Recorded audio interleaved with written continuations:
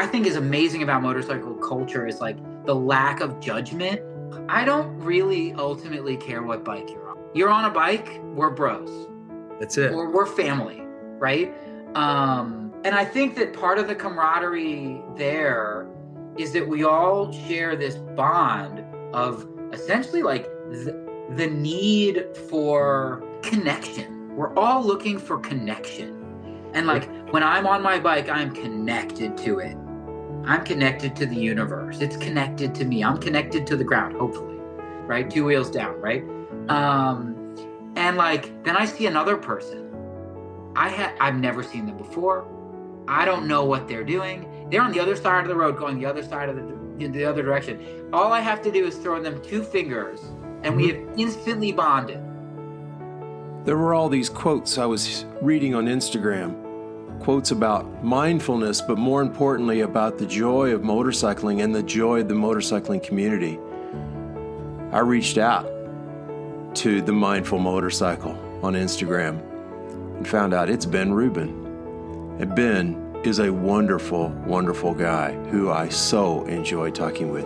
I know you're going to enjoy the podcast today. Stay tuned. Recorded in beautiful Loveland, Colorado. Welcome to Peace, Love, Moto, the podcast for motorcyclists seeking that peaceful, easy feeling as we cruise through this life together. Are you ready? Let's go.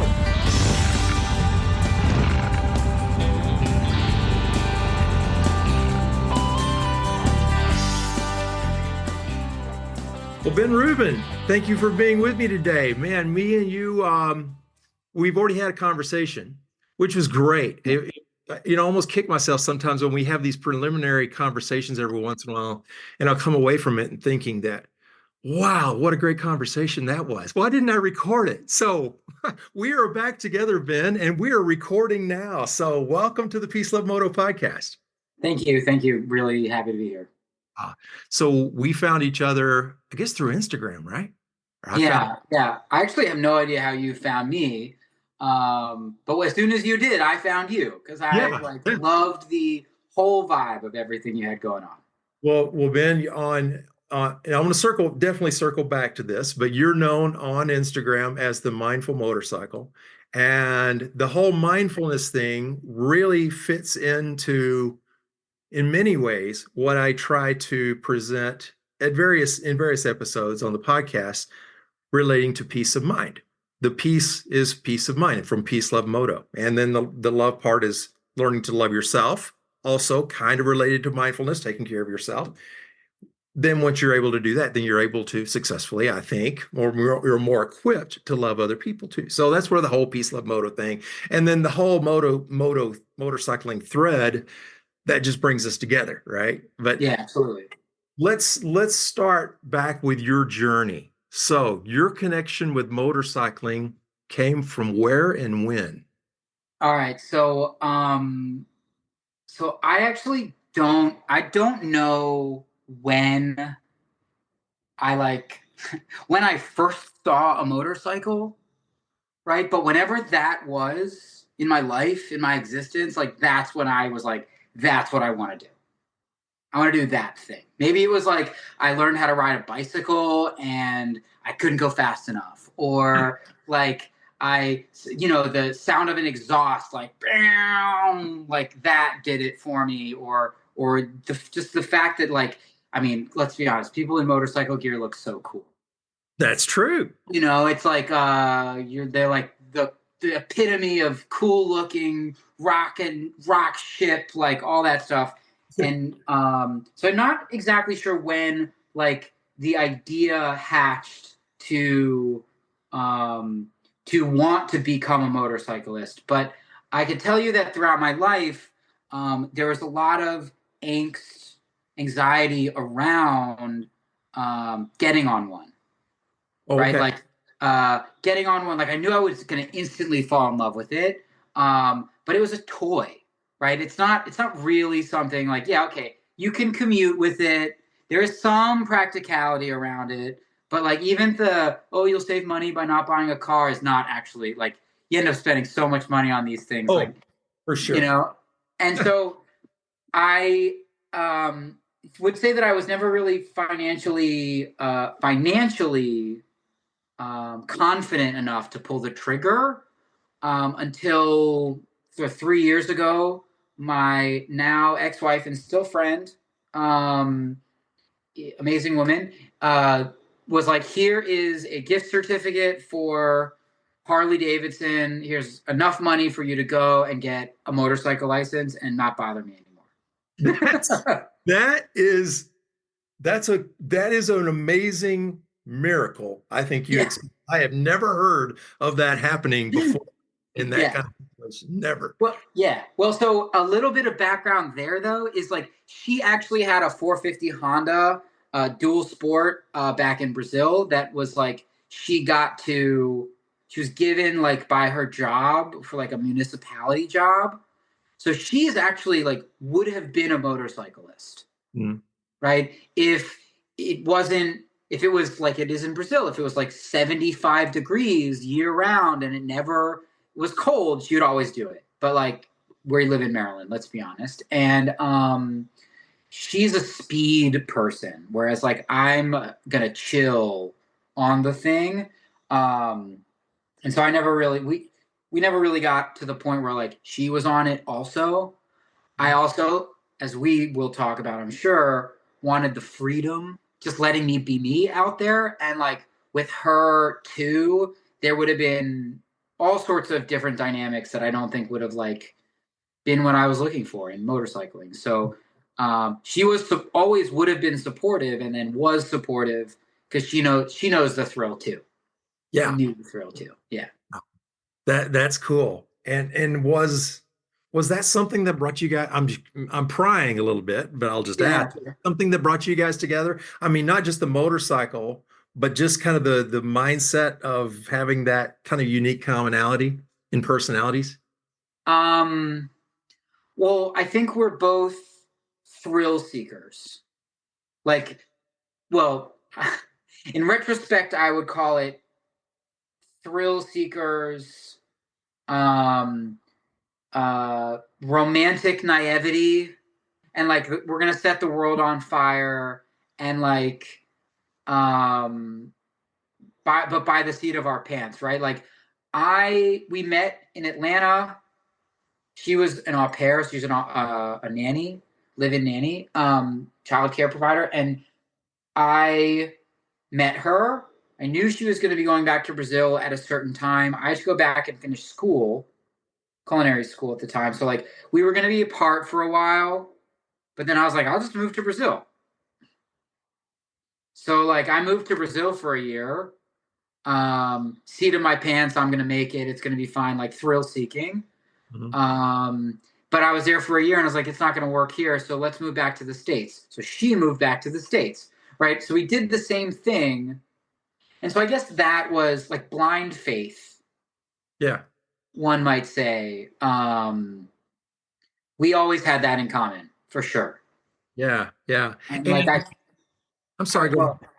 I actually think that you have to have that to get on a two-wheeled machine that is essentially you and death, and the other outcome is a joyful experience. So, that just reminds me, I had a wonderful experience interviewing the founder of Go Fast, Don't Die, Brady McLean. Are you familiar with Go Fast, Don't Die? No, but I'm going to have to look it up now. You're going to need 2 or 3 T-shirts like I have. And I'm going to mention Brady and Go Fast, Don't Die on the notes of this show. But it's interesting in the conversation with Brady where he described the philosophy of what that means. He described it. The go fast part is not go completely crazy, but instead of just grab hold of life, because you never know what tomorrow holds. Yeah. And grab hold of life and enjoy it to the fullest, and along the way be really kind to each other. And I believe the way he described it was the go fast, don't die was an expression either from his mother or his aunt or somebody who would say that kind of as a joke, relating to kids going out to play or whatever. But It's turned into a very successful business. But anyway, yeah, you'll have to check out Go Fast, Don't Die. They are the coolest people. And one other plug for them. I don't get sponsorship from anybody, so I want to plug them anyway. But they have a Sunday email that's fabulous. It's Okay. wonderful. It's just so well crafted. And so anyway, a plug for Go Fast there. But so you're riding. Tell me about the bike that you're riding today and what Okay. your riding style and all that good stuff. Right. So I have a V-Strom 650 XT. I got it fully kitted from the factory. Like I haven't customized it at all. Well, I put stickers on it. Yeah, I I do that put too. stickers on my bags, and I put a center stand on it so I can work on it eventually. It's I like in one sense I'm like embarrassed to say this, but on the other side I'm like proud to say it. Uh, I've had it for a little over a year, and I have about 5,000 miles on it. Okay. Yeah. Right? But considering like for 3 or 4 months of the year, we really can't be riding here because of ice. I think that's pretty good. Yeah. Sure. Sure. Yeah. And so this where based on where you're at, what opportunities of types of roads do you go on and what do Oh you yeah. Okay. So, here's a cool thing.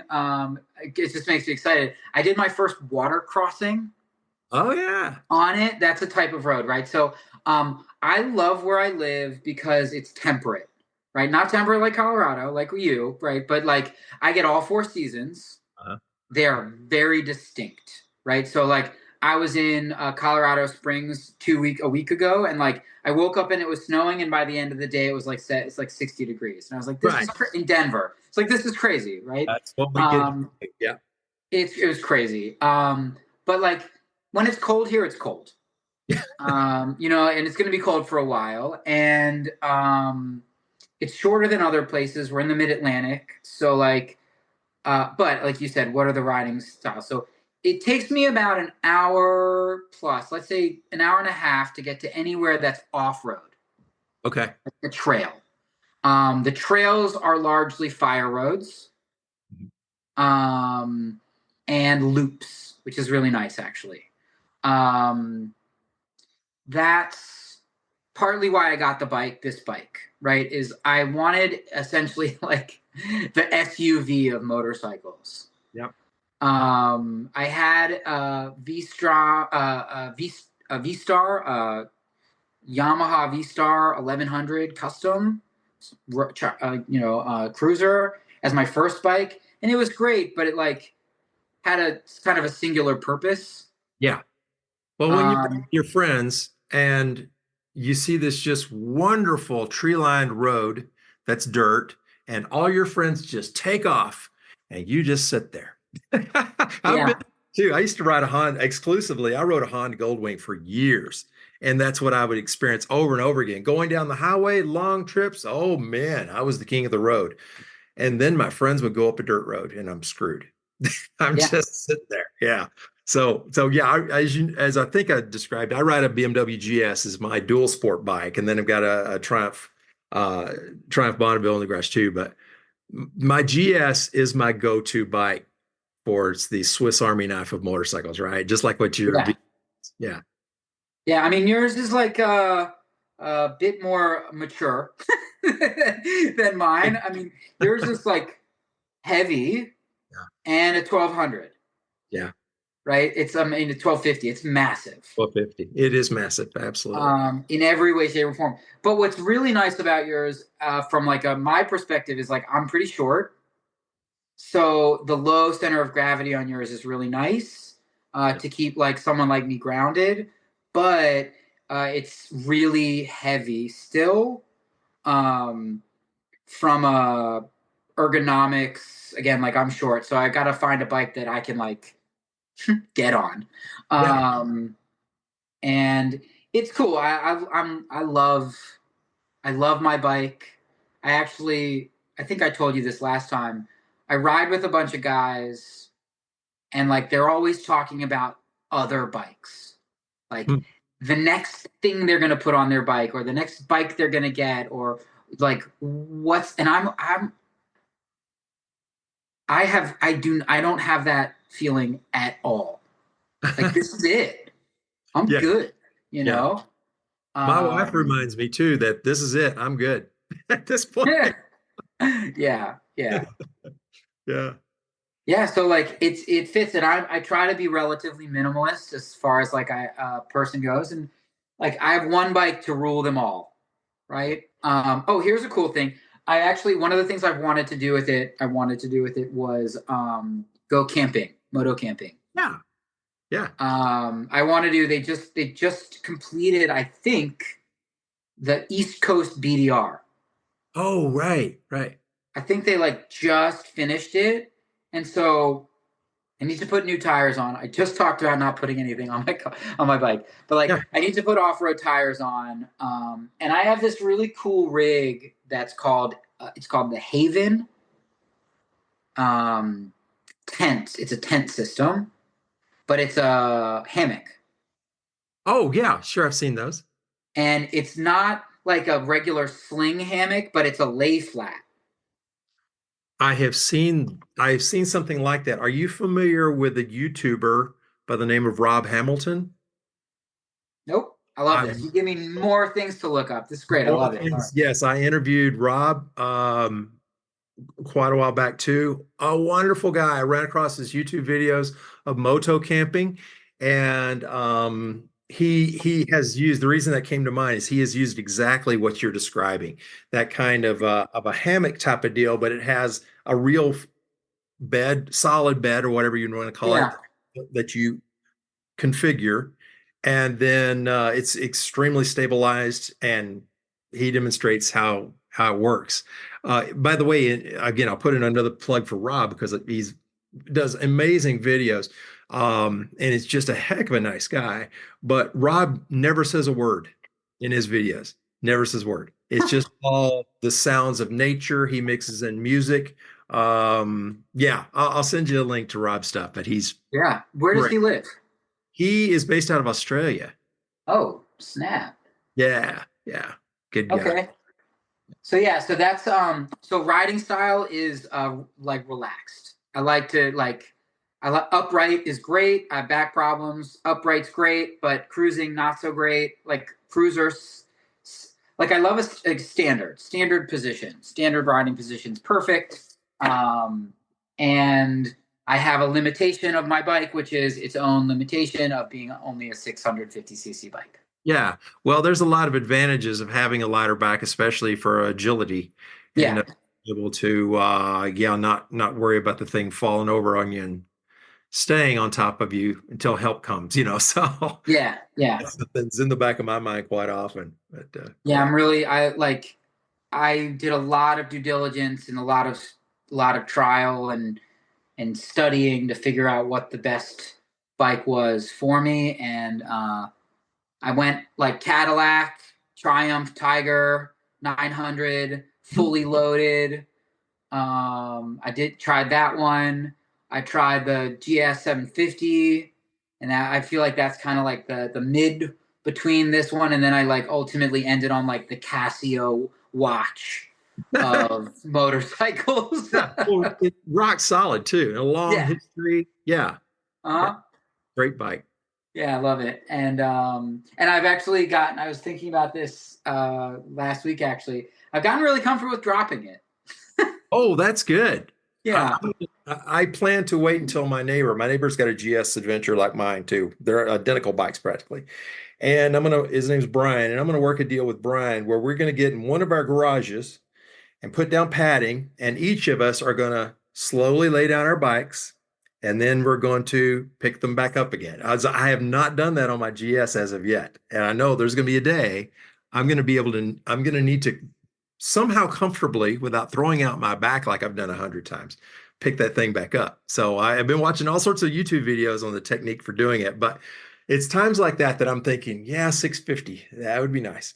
You know? Well, also, because we rarely ride out where we might drop it alone. And Yeah, like there is a benefit of having a partner with you for them to counterbalance as you're learning too. Like, because it's essentially a squat lift. if you have somebody on the other side of it that does that as you lift it, Yeah. it's something I learned at a off-road school. Was DC Dirt Camp. There's a plug. Oh, okay. DC Dirt Camp. It's female owned. It's in, I think, Winchester, Virginia. She's all over the place. I haven't ever actually, it was, besides like talking to her about scheduling for the class, we haven't really ever talked, but like she'd be probably a cool person to talk to.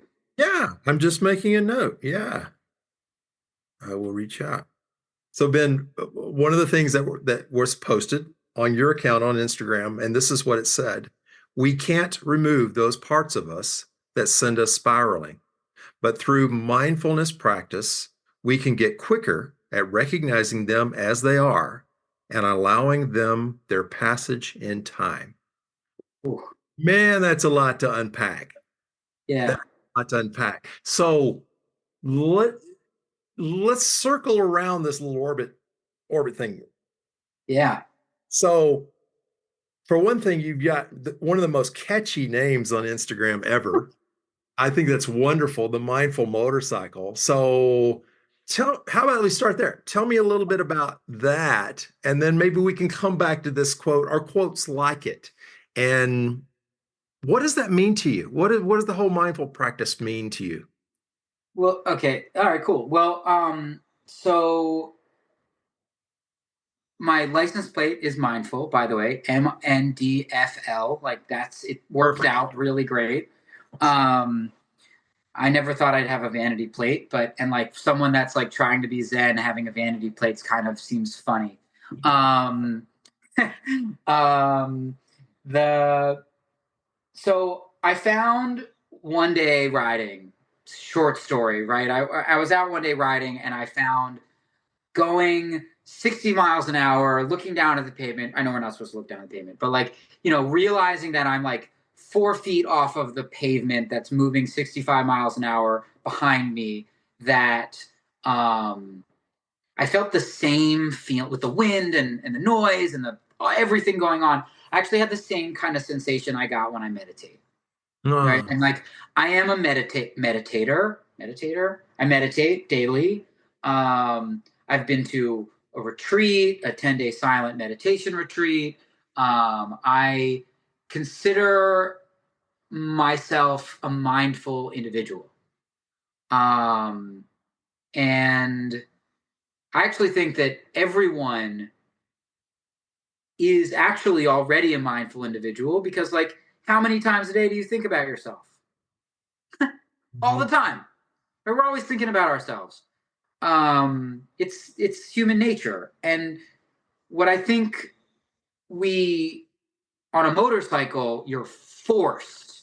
Like, you have to. It's like life or death that you are acutely aware of everything that's going on around you.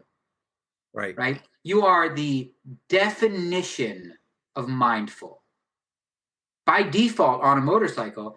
And what's really fascinating is, just like in meditation, the goal of meditation is not to sit and clear your head and live in a empty space that is peace and quiet.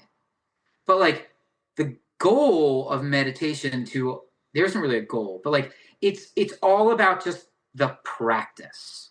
Mhm. Like, doing something with regularity that you are just practicing for the sake of doing it. Right? And like, yeah, okay, motorcycling is a blast, right? But you have to practice at that. It is a practice, Yeah.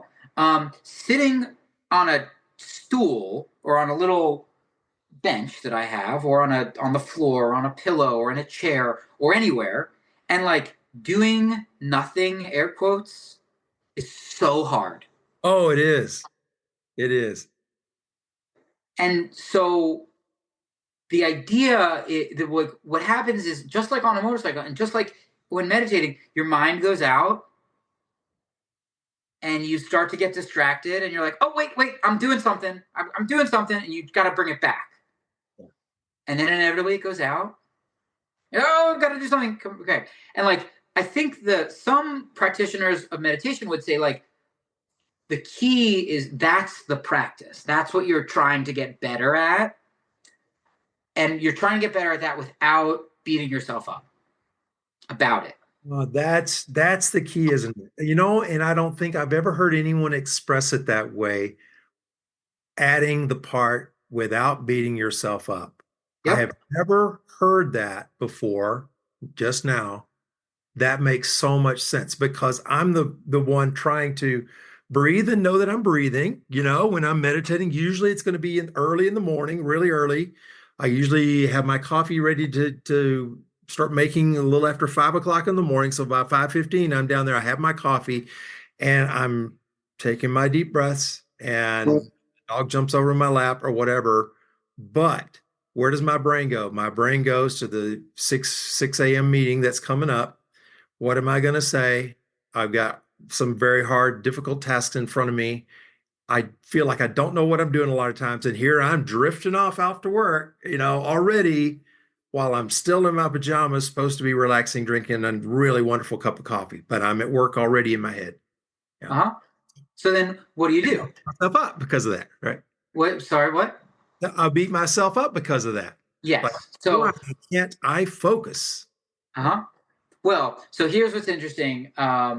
There's something, psychological modality that's called IFS, internal family systems. And I mean, a lot of different modalities talk about this where there's lots of parts of us. We have a concept of like we are a single being, right? But like I have found multiple things that exist in I call it the committee. Like I got a committee that lives in my head, Okay. Yeah. and sometimes some parts of the committee are yelling and screaming, and other parts are sitting it's like a boardroom, and they're like sitting at the table, and other times the someone stands up and it's like, you guys settle down over there, like this is what we're gonna do next, or most of the time the loudest voice in the room is someone being critical of me. Yeah. And that guy's got a team of cronies, right? There's like the pusher that's like, you got to do more. There's the perfectionist that's like, you got to be perfect. And you've got the overlord of this that I've actually this is super funny, but like mine actually looks like the bad witch in Maleficent. Oh, yeah. But not the Angelina Jolie version, the classic Disney video, like Right. animated version. Yes. That's what mine kind of looks like, and I've named her Ursula sometimes. Okay. So not the right character name because that's like Little Mermaid, but like I follow you. this other and Ursula. But also sometimes I just call her Jerry or Justin because like I think that's funny to call her that too. Yeah. Because I got to make fun of it, like like, oh Justin, but like Justin looks like this crazy scary witch. Well, I'm serious. Is it fair to say that this is serious business for some people too, who whether it's related to depression or some kind of anxieties of either an anxiety about you're just never good enough. Maybe they were raised in a family that just always told them that, or had a spouse that always told them that, or others, growing up, you're just not quite good enough. And people beat themselves up so much that they're destroyed, right? So society is I don't want to like get too like outside of the realm of like mindfulness stuff, but like again, kind of bringing that home, like once you really dive into mindfulness practices, you awaken. Like there's in Buddhism, they talk about an awakening, right? They have spiritual awakenings, right? Or that the Buddha was awake or woke up or whatever. But like it's always happening. Once you realize these things, you awaken, and it's like an always thing. And sometimes you shut down again, you go back to sleep, and it's always moving. But like, society, consumerism tells us we're not enough, we don't have enough, we need more, right? Our jobs tell us you have to perform better. What happened to, I guess, and I don't know if this ever existed, but like, I'm doing the best I can with what I've got. Mm-hmm. And our critic in my head, part of the committee, is telling me all the time, like, you messed up, or you're not good enough, or but like, good enough for what, man? Yeah, yeah. Like, I don't have enough of what? Like, what do I need more for? Right? But like, all of that is an unconsciousness, like a lack of consciousness. Eckhart Tolle has a book, The Power of Now. I'm familiar with that. And in that book, I guess the intro or something, he talks about like, all of a sudden everything became clear because he hit right now. Like, right this second, I am safe. Right? Nothing is directly, like right now, nothing is directly impacting my safety. Right? In a week, when I move into an apartment and I can't afford it, then I'll worry about financial destitution. Or if I get sick down the road, like projection of future, or like regret and remorse of the past. But like, fundamentally right now, I'm great. Yeah. What happens when you're on the motorcycle? You're like, oh my God, this is amazing. Yeah. And then like a car comes, you're like, oh man, and you like move out of the way, and you're like, oh, I hate that car. Like, what is that guy doing? Like, you flip him the bird, or you want to punch off his side view mirror, or whatever it is, or you speed up and you like look at him. And but then like, you come back to your space, and at some point you might beat yourself up about having just done that. In a way, you actually just like put yourself more in danger by being reactive. Absolutely. Which you may beat yourself up about. But like, had you had the presence of mind to be like, oh, you know what? Even though that thing just happened past, I am fundamentally safe right now, and I can enjoy the right now because I'm on two wheels and I'm just cruising down the highway. Like, in the span of 2 years, I went to a meditation retreat, 10 days, and I came out of it like a new person, or like an evolved person. 3 weeks later, my now ex-wife, still friend, asked me for a divorce. 5 months later, I moved out of my marital home into my parents' home at like 36 years old.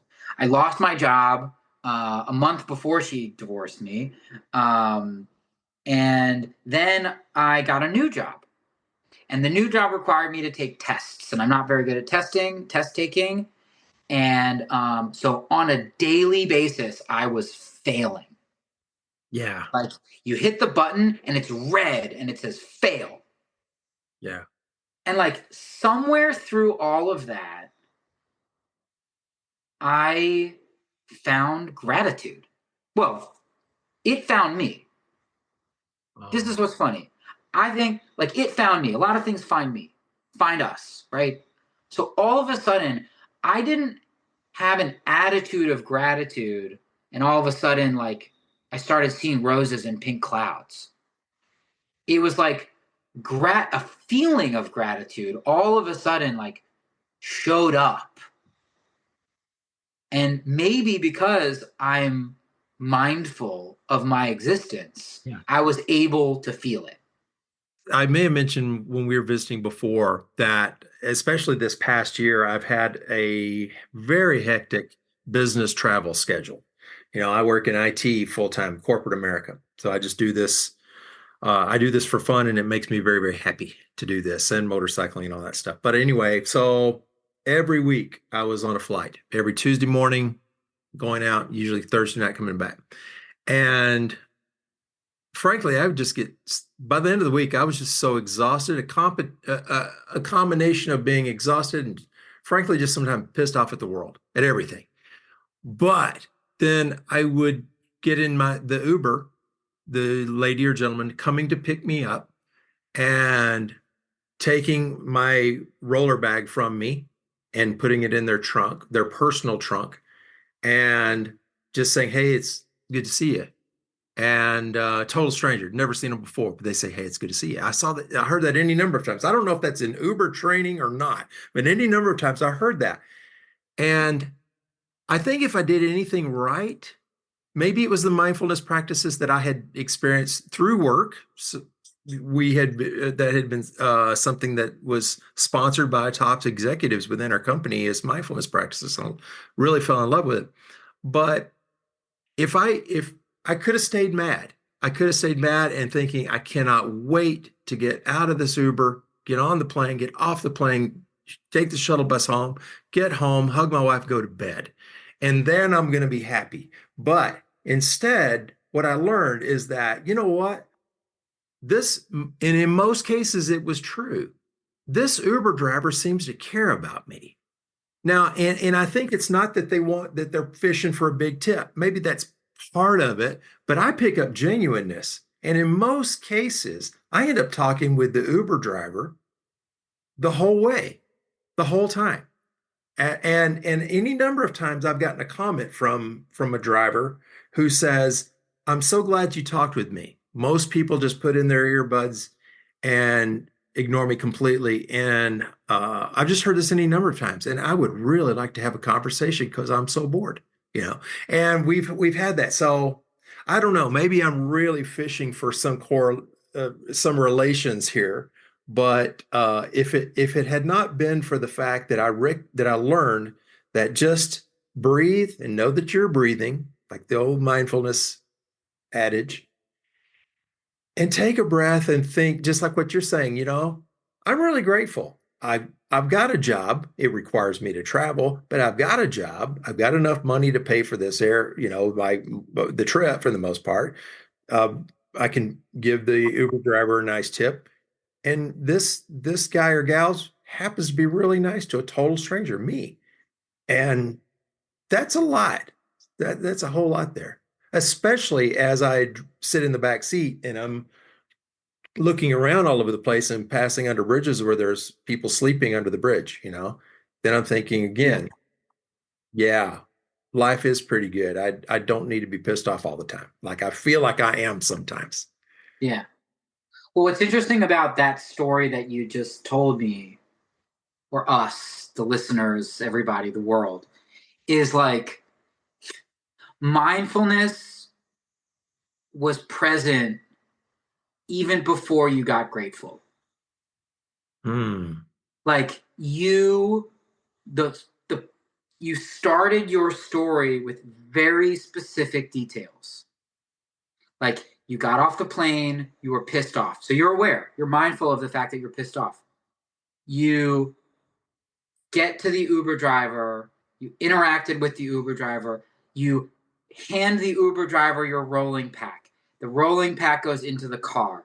The car, you talk to the Uber driver says, "How are you?" Or the interaction with the Uber driver. Like all of those things that you described as part of that story, you were acutely aware that they were happening.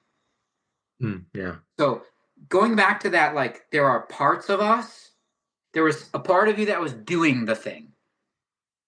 There was a part of you that was feeling the things. There was a part of you that was recording the things so that you could relay them to us, right? There were probably other parts. Like if I said to you, "What did it smell like?" You can probably know what it smells like, right? Because we are this really amazing composite of all of these different parts, and like you're tapped into them. And at a point, gratitude shows up for you in this case. And because you were kind of already on the way, you were ready to receive it in a way, right? Like I Yeah. had a guy tell me once that he asked me, why do I meditate? And I said, well, I'm trying to find peace. I'm trying to get peaceful. Mhm. And he's like, well, have you ever experienced peace before? And I was like, not really. He's like, well, how are you going to know what it is when it shows up in meditation if you've never experienced it out of meditation? And I was like, huh.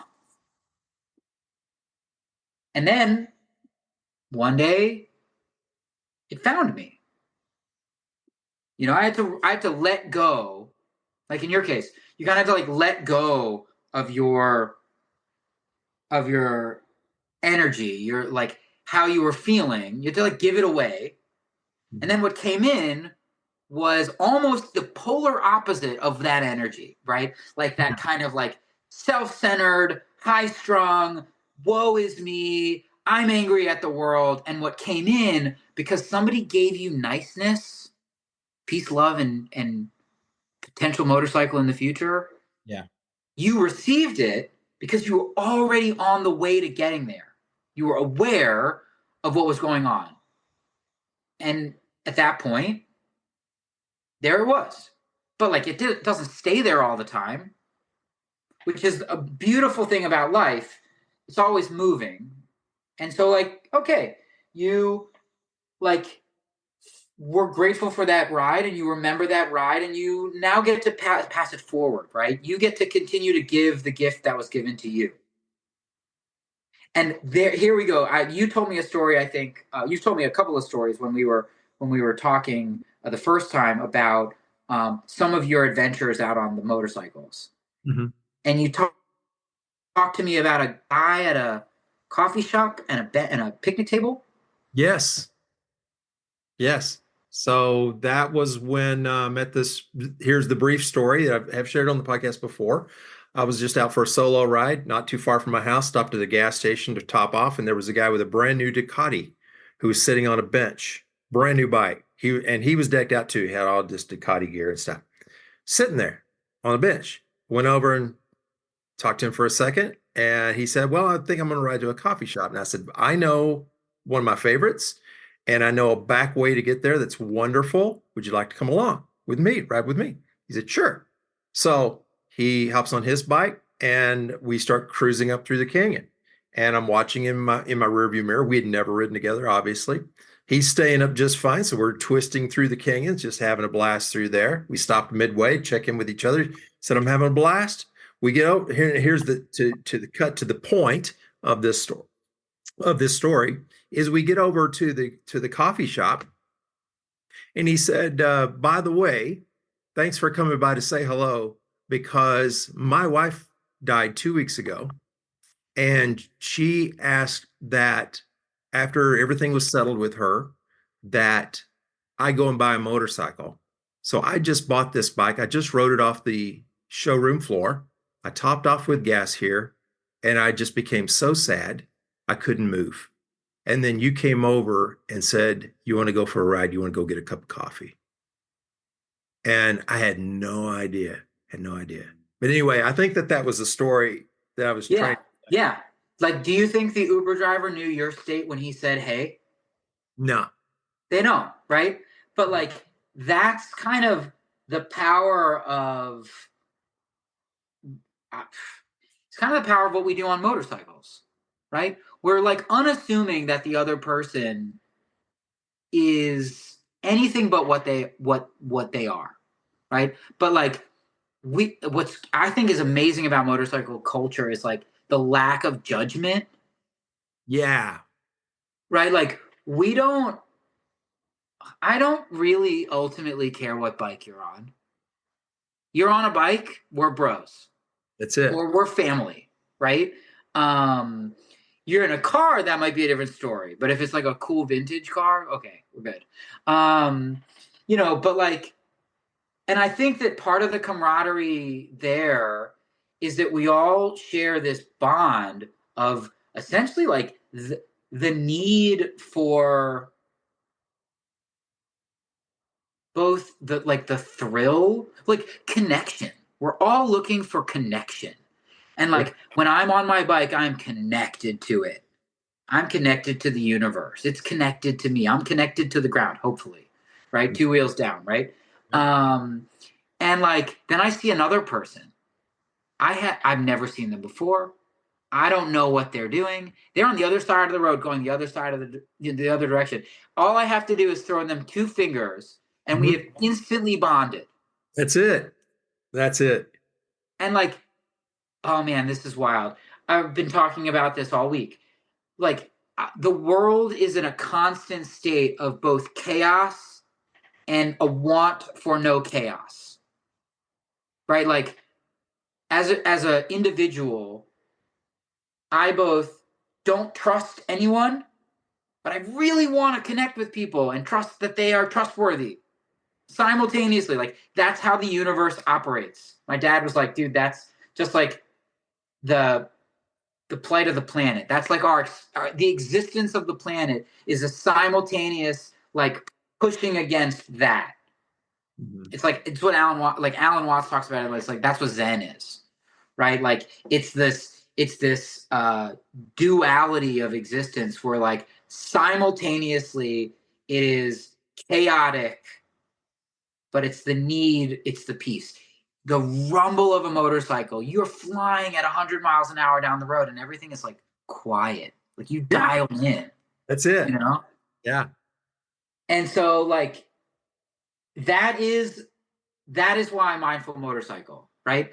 That is why I think that's like my purpose is to like bring this thing, whatever this thing is, to like all the people, right? Let's go back to the quote. What was the quote again? Can you read that quote? We'll read it again. Sure. We can't remove those parts of us that send us spiraling, but through mindfulness practice, we can get quicker at recognizing them as they are and allowing them their passage in time. Yeah, right? So, like I've got this, we are all sum of our parts. And like a lot of times I talk about me, try to kind of get frustrated that I can't get rid of my anxiety. Like I can't get rid of my anger or my fear. Or to be honest, sometimes my like love that's like so vulnerable and like makes me feel like kind of guilty and shameful. Like I'm this dude that like loves deeply. Like I cried while watching a Disney movie at a sales conference amongst my like peers. That's great, man. That's genuineness. And I'm like, why do I want to hide my tears? Right? You feel like you went through an emotional washing machine and you come out feeling great no matter what they were for, right? And like, why do I want to get rid? I can't get rid of those parts. I can't, right? And so allowing them the space to just be, like acceptance is the key to my happiness, right? And well, maybe not happiness. We talked about this a little bit. Acceptance is the key to my joy. Yeah. Today, right? Because if I accept that I'm sad, I can be joyful of my acceptance. If I accept that I'm happy, I can be joyful of the fact that I'm happy.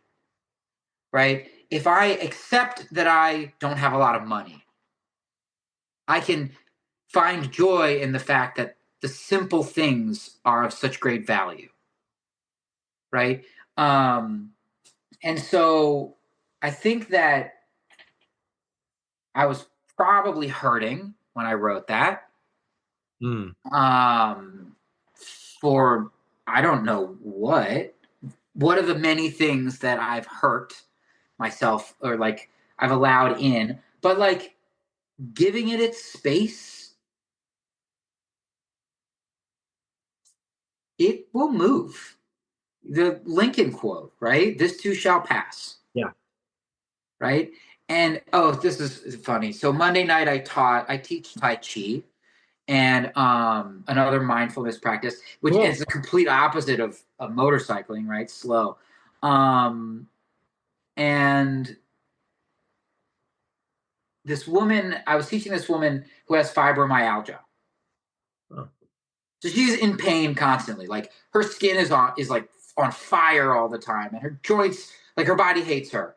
And like she is not ever going to not feel those things.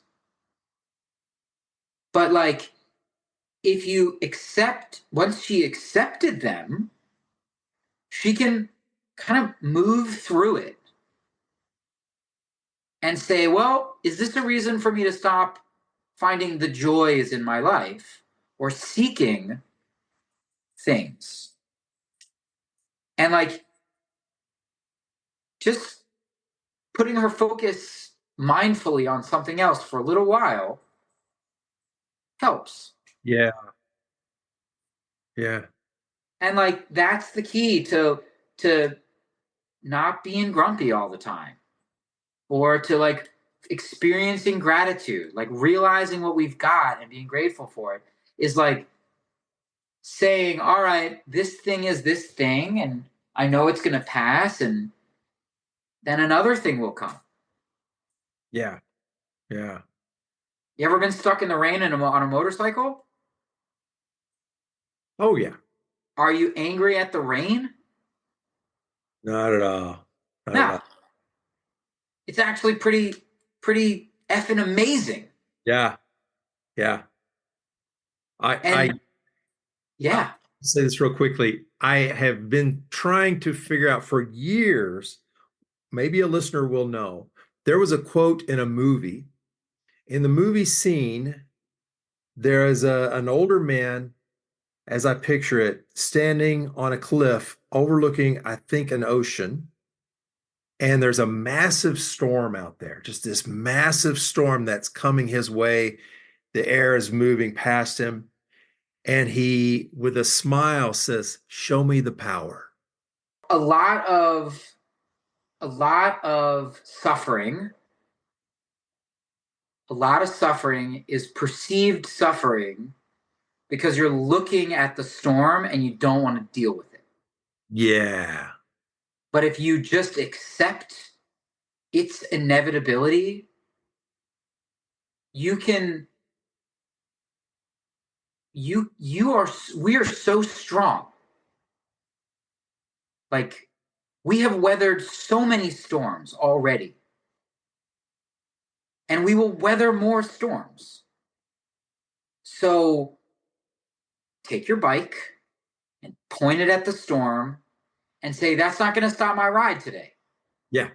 You know, I will dry out.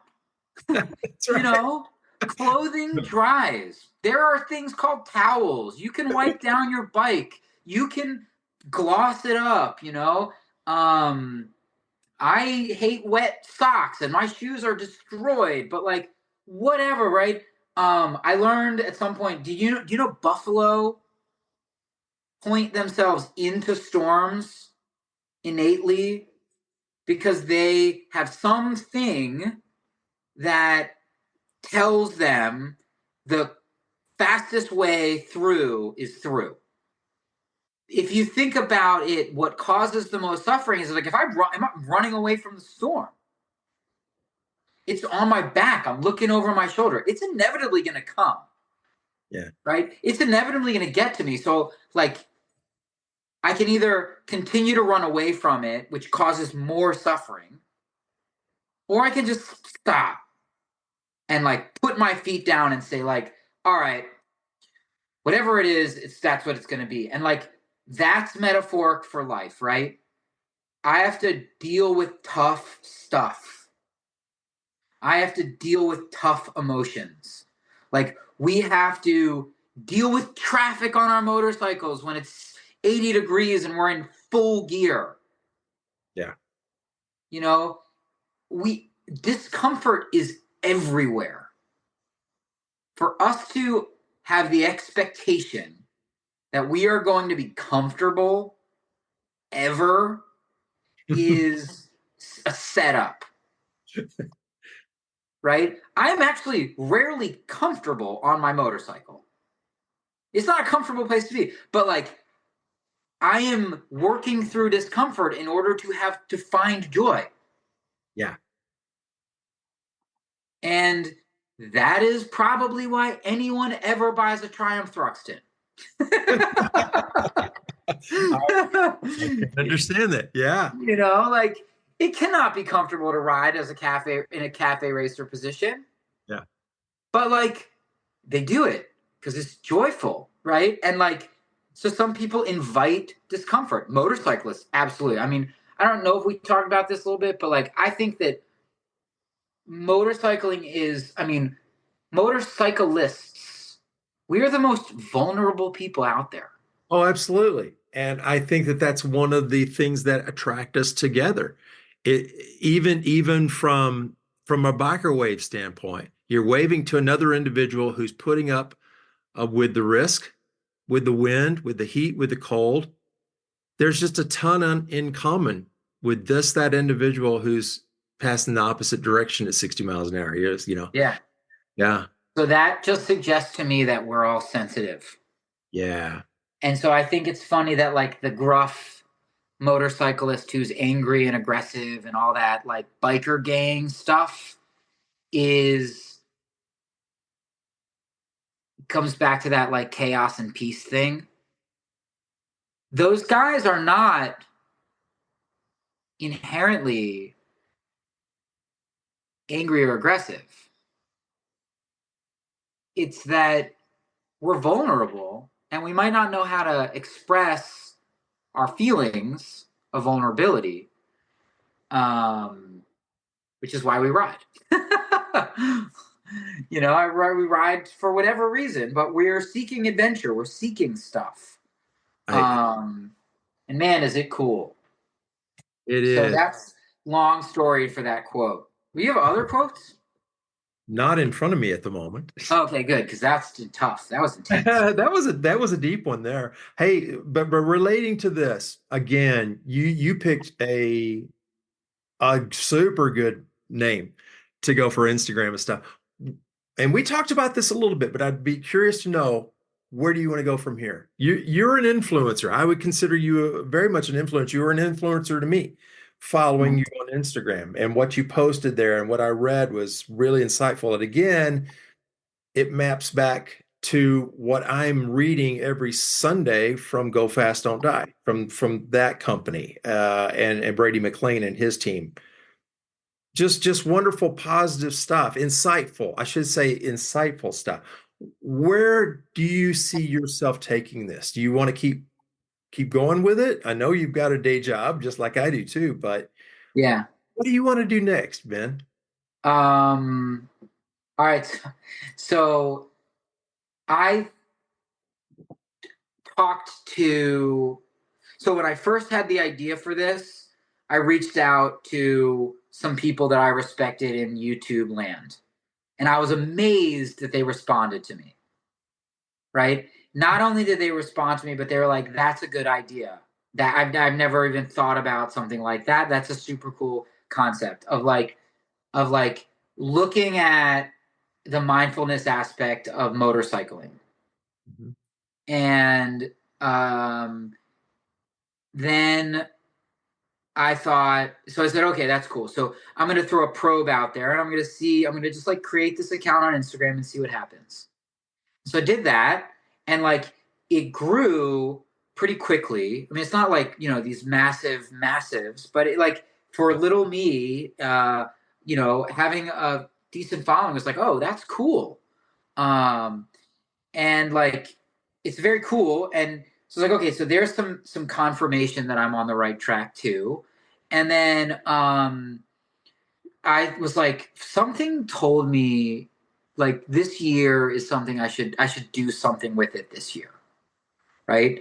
And then you reached out. And it's like, oh, I thought, oh, you know what I thought? I thought maybe I should try it like as a podcast format. Just to get some more content out there. And then you reached out. like what, 3 weeks ago, a month ago. Yeah. And we talked and we were going to do this. A week ago, a buddy of mine said, "Hey man, I've been working with this client. He's in audiovisual. He does documented stuff. And he's like, I've got a client who has a podcast studio that needs someone to do dry runs." And I'm like, okay, here's another one, right? And ultimately what I would love to do is put stuff out in the world on YouTube. I would love to read books on this stuff and talk to people about their mindfulness experience all the time. Yeah, yeah. That's what I would love to do. I would love to be the monk on a motorcycle, you And know? Ben, I see a need for that. I really, really do. I see this wave. So putting back on my corporate IT hat, between artificial intelligence, what that's expected to be able to do in the future, between that and globalization, where jobs, frankly, will go to different places, impacting people. I think there's going to be a lot of people, both males and females, finding themselves stranded from a career standpoint because we're at this really, I don't know what you would call it, revolutionary time with AI and with a combination of social media and a whole bunch of stuff, where I do feel like that there's going to be a lot of people feeling really, really desperate.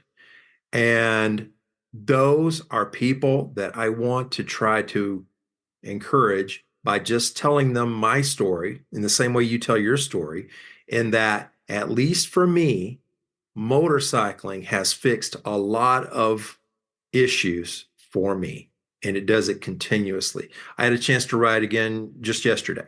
So we were on vacation for a while and hadn't ridden in quite a while. Then we had some bad weather and stuff, but the weather was good yesterday. So late yesterday, after I finished up some work for my day job, I hopped on the bike, rode out about 20 miles to this little coffee shop where I go to.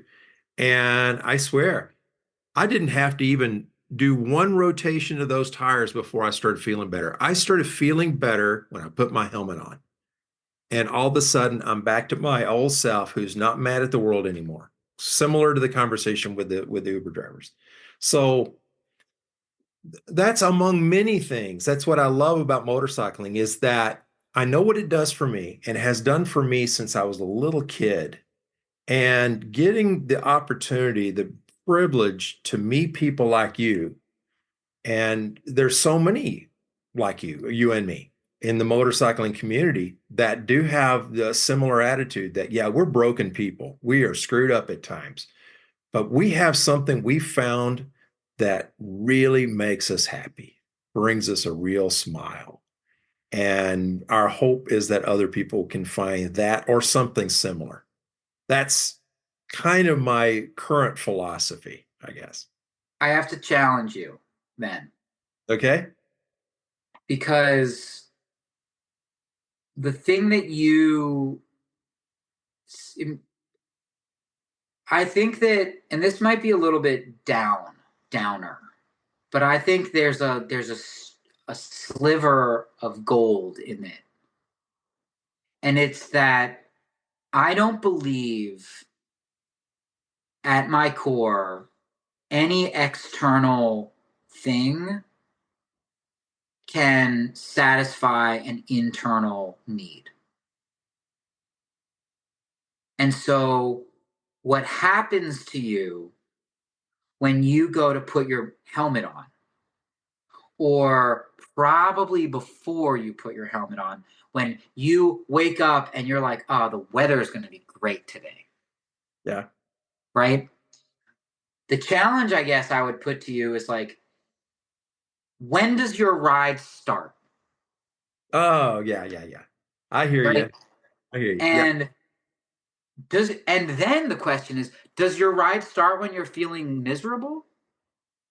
Because if your ride starts when you're feeling miserable, wouldn't then miserable be a great place to be? Hmm. Right? when you are at the pinnacle of your ride, you're at that coffee shop or you're cruising down the highway, it's going to end soon. Yeah. You're already in it. So, like, is that the best part? Is that where the joy or the happiness really is? Right? And this kind of goes back to like ebbs and flows of life, right?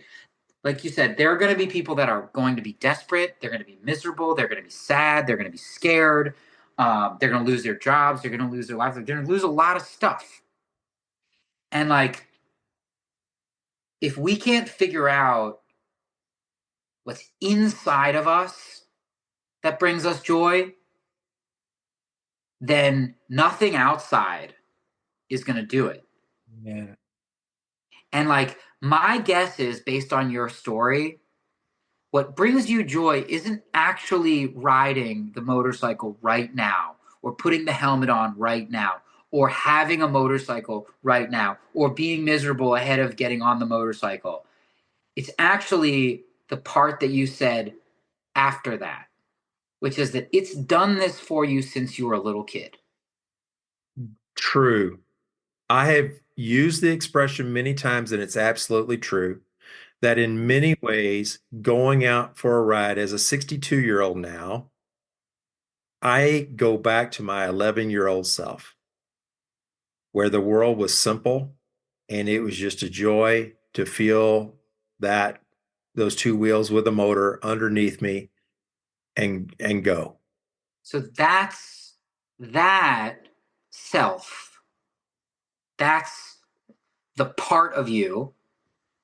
We're a collection of parts. That's the part of you that if you cultivate, if you help that part grow, blossom, like you water that flower, not courtesy of buying more motorcycles or, getting the flashier thing or whatever it is that we think might make us happy, realizing that there's a part of us that once didn't need all that stuff when life was simpler, then Yeah. we doesn't matter what state of being we are. Because like that part of us is always there, and that part of us is always like, yeah, like I'm gonna scrape my knee and get back up. Yeah. Right? Because like what happens when you can't ride anymore? True. You get become a miserable curmudgeon, or you like, oh, I remember when I used to ride and now I can't ride anymore, so I'm a miserable person, right? But like, God forbid we fall, you know? In many ways, that's a metaphorical statement, right? We fall all the time. We fail, we fall, we get back up, we scrape our knees, we lose our jobs, our people get sick. Like, life is like 80% crappy. And like, it's not fair to life or to ourselves to think that life is always going to be that 5% of blissful happy. So what do we do about the reality? Give it its space. Let it work itself out. And that's You got exactly what you wrote. Yeah, that's well, exactly what you wrote. yeah. I mean, you don't like we can't control any of that stuff. And Yeah. like so, that's I think for all those people is like, maybe you thought that your job gave you self-worth. But you remember when you were a little kid and you liked doing finger painting? Or like remember when you were in high school and you loved dancing? Or before life moved you away from the now and a mindful presence of like, here, look at my feet. There's in yoga, you got child's pose where you're just laying on your back playing with your feet. Mhm. Before life took that away from us, there was happiness, there was joy, there was peace, right? And Yeah. like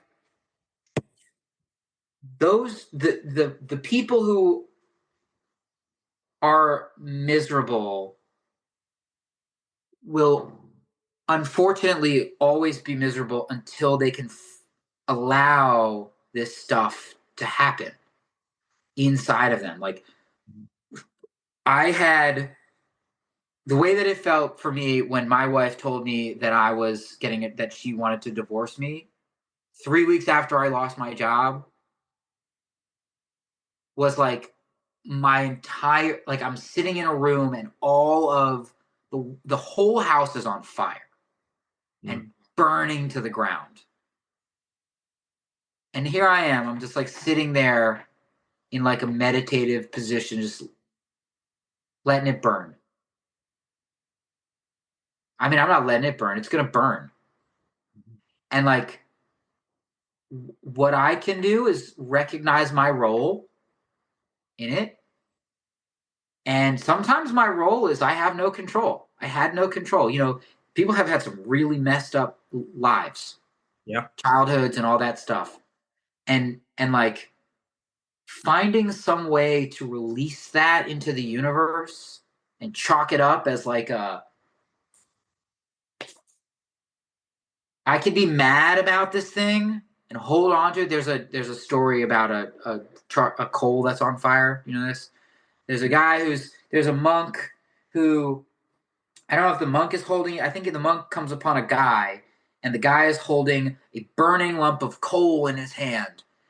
And the monk is like, dude, why are you holding that burning lump of coal? And he's like, well, I'm waiting for this guy who wronged me to come by so I can throw it at him. I see where you're going with this. Like, so we can hold on to those things and keep burning ourselves and causing ourselves suffering, waiting to light ourselves on fire and hope the other person catches on fire, you know? Or we can be like, okay, and drop it, put it down, right?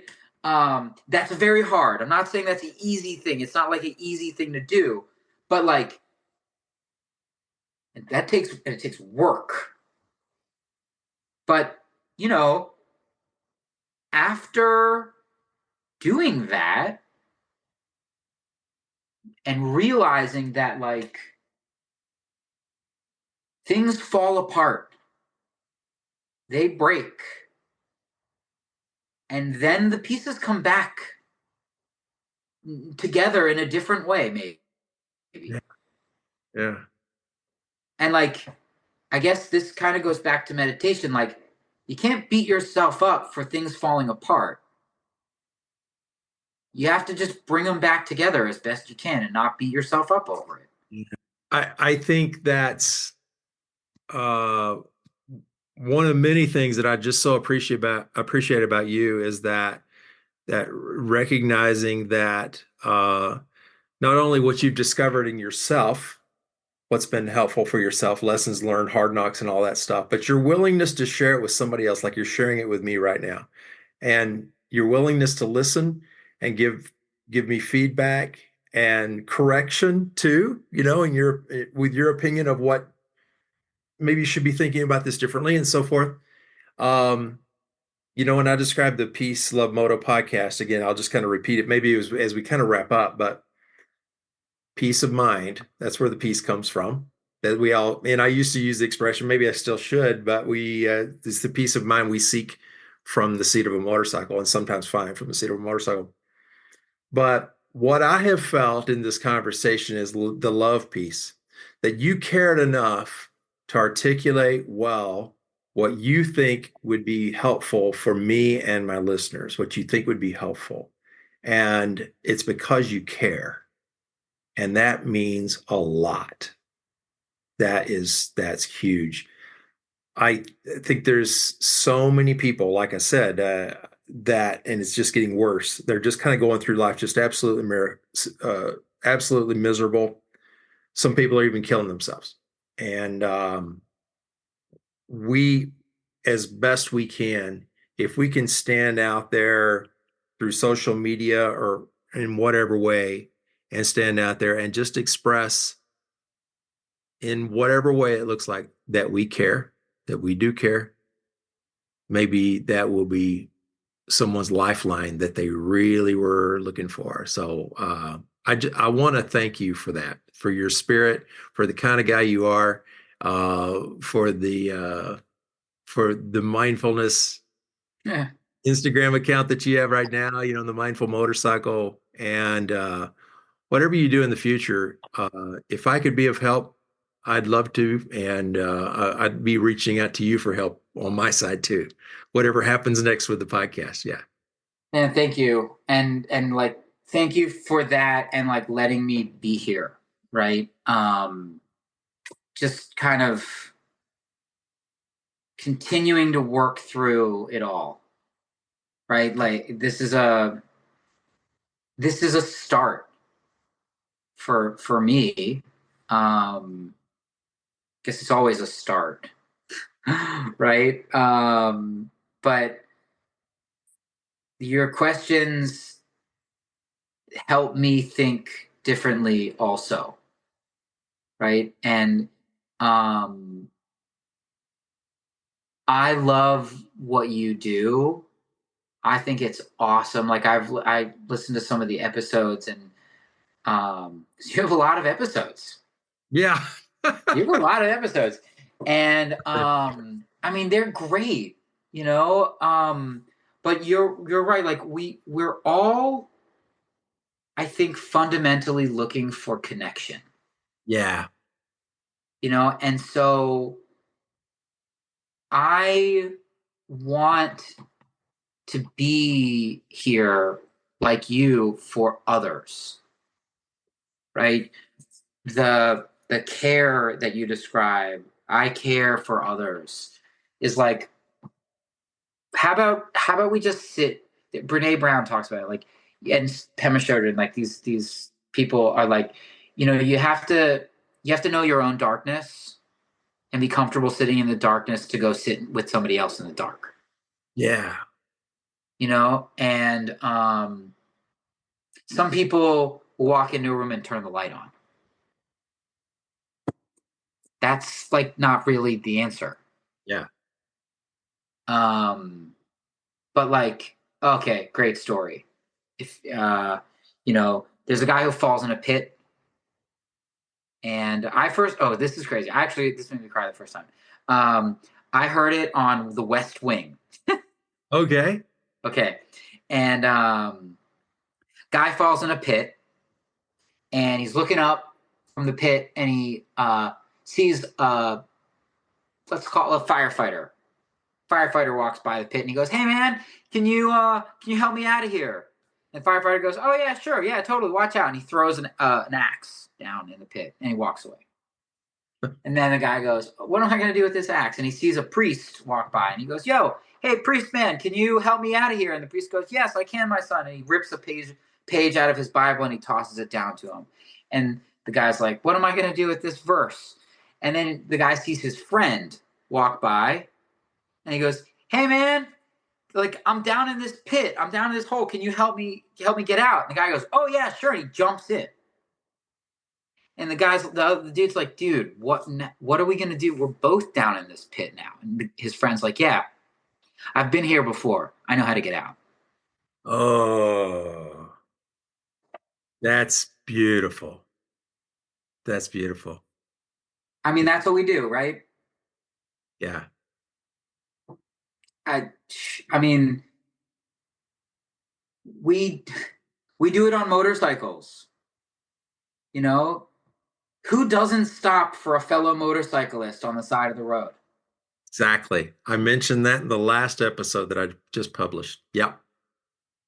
That's what we Right? do. I ran out of gas once, and some guy comes up to me, and he like goes by and then turns around and comes back, and he goes, "Hey man, what's up?" I'm like, "I think I'm out of gas." He's like, "Well, okay, cool. Have you called somebody? Do you need any help?" And I'm like, "No, I'm good. I mean, I called somebody. He's coming to get me, and then he'll follow me home." The guy's like, "All right, well, I'm like, cool, man. So what's up?" And he's like, "Yeah, I'll just wait with you." Yeah. That's great. Like That's we've all been there. Maybe it. not running out of gas, What but we've been talking about this whole time. There is something special about this motorcycling community that encourages us to wave at the other rider that passes by, the total stranger, no matter what mood we may be in, we're going to give them a wave. Mhm. And we're going to pull over if they're on the side of the road. And it's because it's this kinship that we recognize that we have. And I couldn't feel more fortunate for that. Yeah.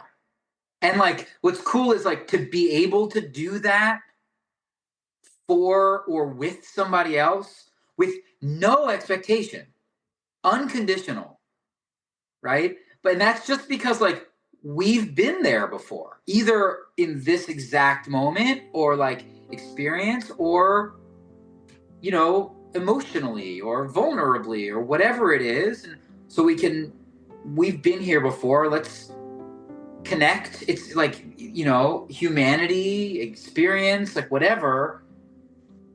Let's all do it, you know, and like that's, I think, the most powerful thing that we've got going for us.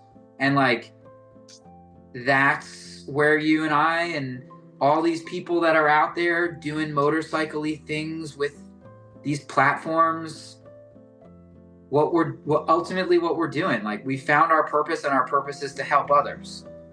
That's it. That's it, man.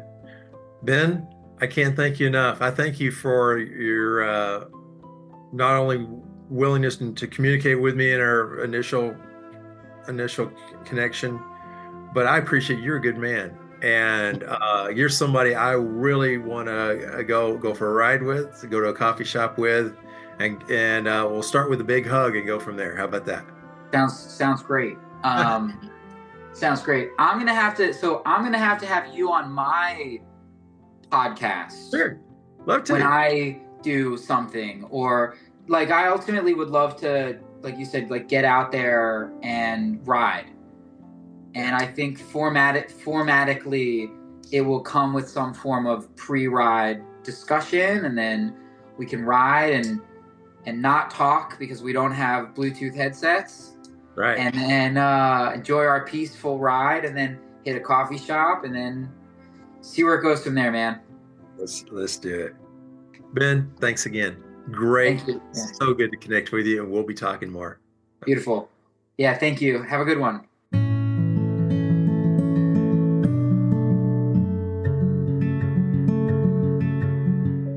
I am so grateful for a brother on the bike that I would consider Ben to be now that we've gotten to know each other. I so look forward to riding with him in person someday, again, sharing that hug and having a cup of coffee and a wonderful conversation. Just like you, I'm so proud to be a part of this community of motorcycle riders, those who really care for each other, and we care for ourselves as well. That's so very, very important, as demonstrated with mindfulness practices and gratitude. Thank you so much for joining us today. Again, thank you, Ben. I wish you peace. I wish you love.